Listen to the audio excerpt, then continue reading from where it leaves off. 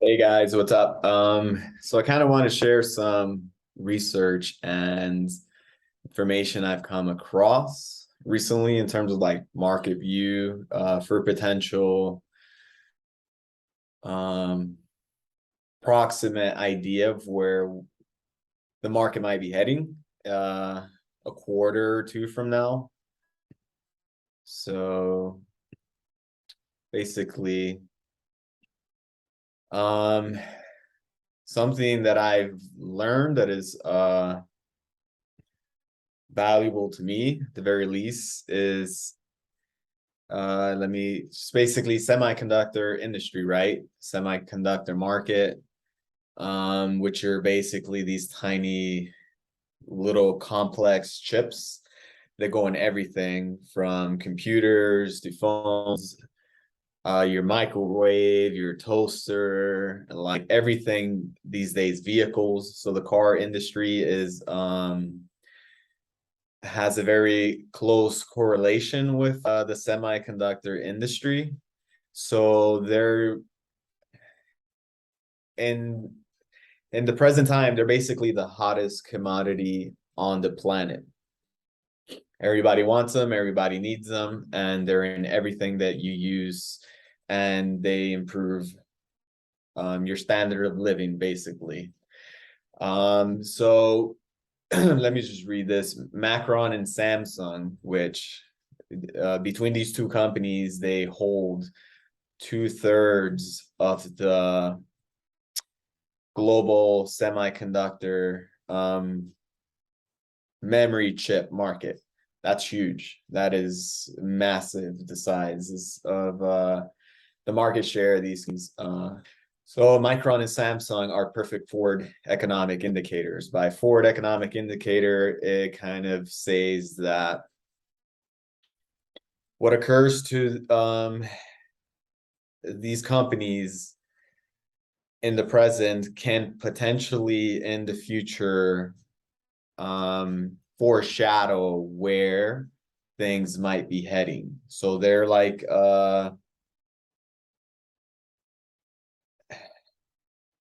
the negative or the demand slump would occur with this kind of industry or these two companies before it just trickles down and affects all other industries that are correlated, such as the car industry. So that is basically what a forward economic indicator means. If that's something you did not understand, as memory is used broadly in most markets, importantly, Macron said that they are seeing a broadening of inventory correction and specifically called out, which has been a store at the same time, PC and low-end Android phone demand has eroded.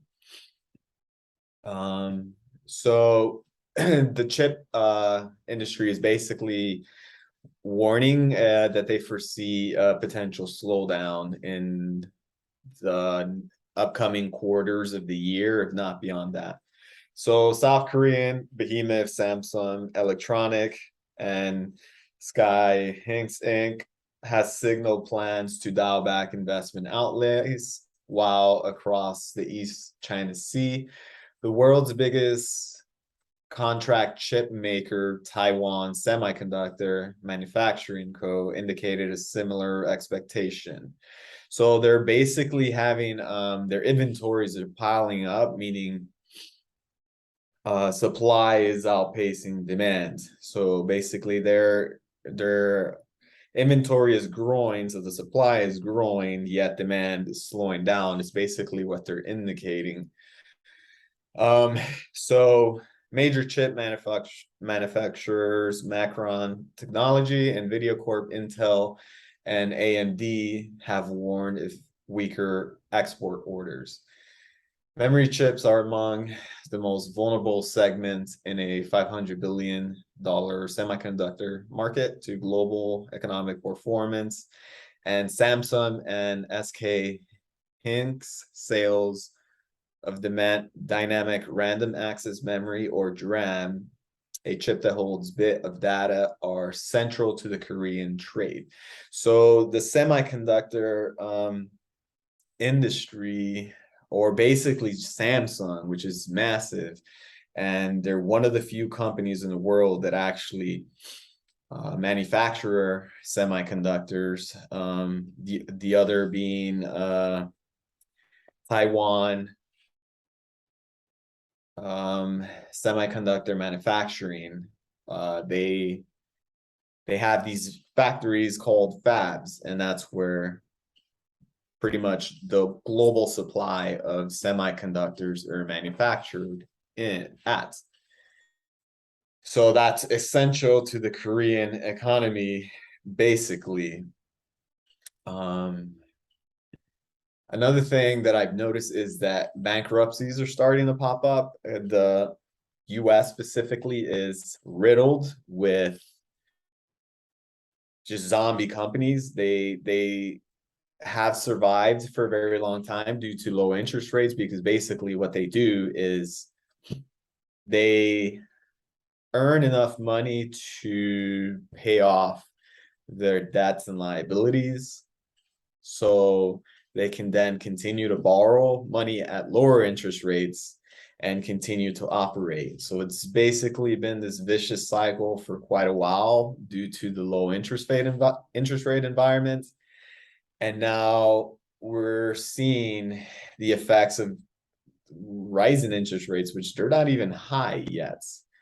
They're not even high considering where they were back in the 80s, yet we're already seeing companies file for Chapter 11 bankruptcy, and that's a bad sign, because it's I'm speculating that these are going to start popping up more frequently, and this is going to potentially lead to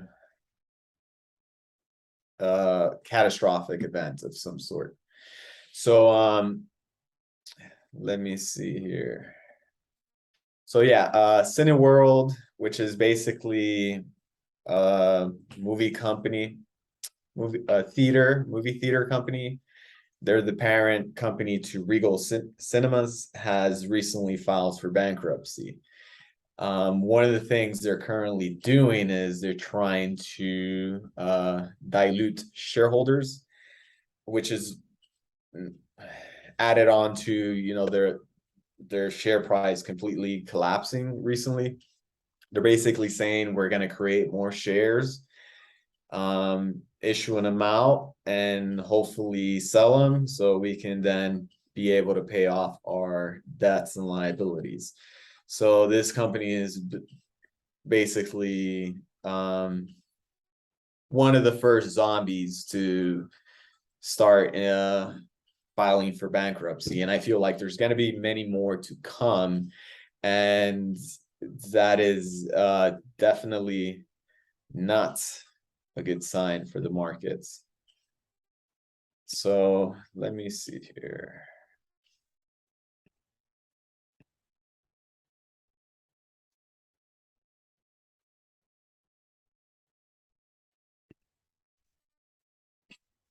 So let me go ahead and swap over here. Just kind of want to show this if it allows me to. So I don't really rely on technical analysis. However, I like looking at these charts as a reference and to kind of see where prices were in the past and where they are now. By no means this in any way gives you an idea where prices might be heading in the future. That's like fortune telling or palm reading to me. However, I basically use it as a reference point to see where prices were historically to where they are now. So here you have the South Korean index, which is basically the South Korean economy. And their economy relies dramatically on the semiconductor industry. So the South Korean stocks has been basically giving us an idea where the American indexes might be headed, such as the S&P 500, Dow Jones, NASDAQ, etc. Additionally to that, you can see that the semiconductor market, which is this one over here, has been basically getting hammered since, I believe, November of last year, where it topped out.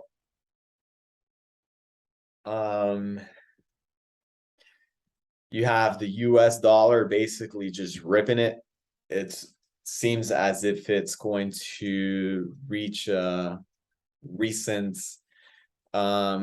new high price or value for the US dollar. Again, that is extremely bad for assets, especially risky assets, because Bitcoin is purchased or has been purchased using a lot of margin, so borrowed money, etc. So meaning now that borrowed money, or vice versa, if it's an inflation hedge, the dollar going up, it's negative for anything that supposedly protects you against inflation, because the dollar's anti-inflationary. A strong dollar is deflationary in terms of that now your dollar can purchase more things, or it's more valuable. Another thing that I've been looking at is silver. Why the hell silver? Who the hell cares about silver, right? The silver is used for manufacturing. Silver is used for manufacturing many things, from vehicles to technology, you name it. Silver has a huge influence in the global manufacturing of all kinds of products, commodities, products, or you name it. It has a huge influence. So prices of silver gives you an idea whether potentially manufacturing is increasing or decreasing. So supply and demand, blah blah blah.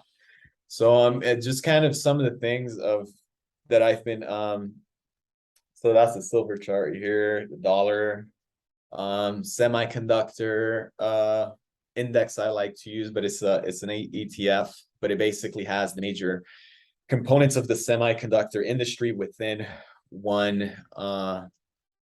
ETF. And then the South Index, which is basically has kind of been leading the decline in prices ahead of the US economy, which would be the S&P 500 or NASDAQ.